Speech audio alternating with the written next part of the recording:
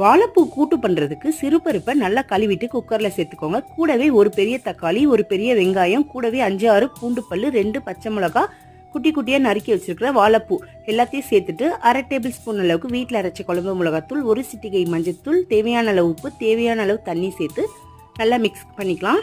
இதுக்கு ஒரு தேங்காய் பேஸ்ட் ரெடி பண்ண போகிறோம். அதுக்கு தேங்காய் கொஞ்சமாக சீரகம் சேர்த்து அரைச்சிட்டு அந்த மிக்ஸை இதுக்குள்ளே சேர்த்துக்கோங்க. சேர்த்து நல்லா கலந்து வச்சு மூடி போட்டு மீடியம் விசிலில் ஒரு 4 விசில் வச்சிங்கன்னா சூப்பராக ரெடியாகி வரும். அதை மசிச்சு உரமா வச்சுக்கலாம்.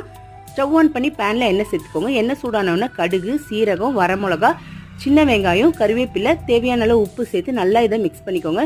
நல்லா இந்த அளவுக்கு கோல்டன் ப்ரௌனாக மாறினதுக்கப்புறமா ஸ்டவ் ஆஃப் பண்ணிவிட்டு பெருங்காயத்தூள் சேர்த்துட்டு 2 மிக்ஸ் பண்ணிங்கன்னா சூப்பராக தாளிப்பு ரெடி ஆகிடும். இந்த தாளிப்பை நம்ம மசிச்சு வச்சுருக்கிற வாழைப்பூவில் சேர்த்துக்கிட்டோன்னா சுவையான வாழைப்பூ கூட்டு தயாராகிடும். நீங்களும் உங்கள் வீட்டில் இதே மாதிரி ட்ரை பண்ணி பாருங்கள். இந்த வீடியோ பிடிச்சிருந்தா நம்ம சேனலை லைக் பண்ணுங்கள், ஷேர் பண்ணுங்கள், சப்ஸ்கிரைப் பண்ணுங்கள். தேங்க்ஸ் ஃபார் வாட்சிங்.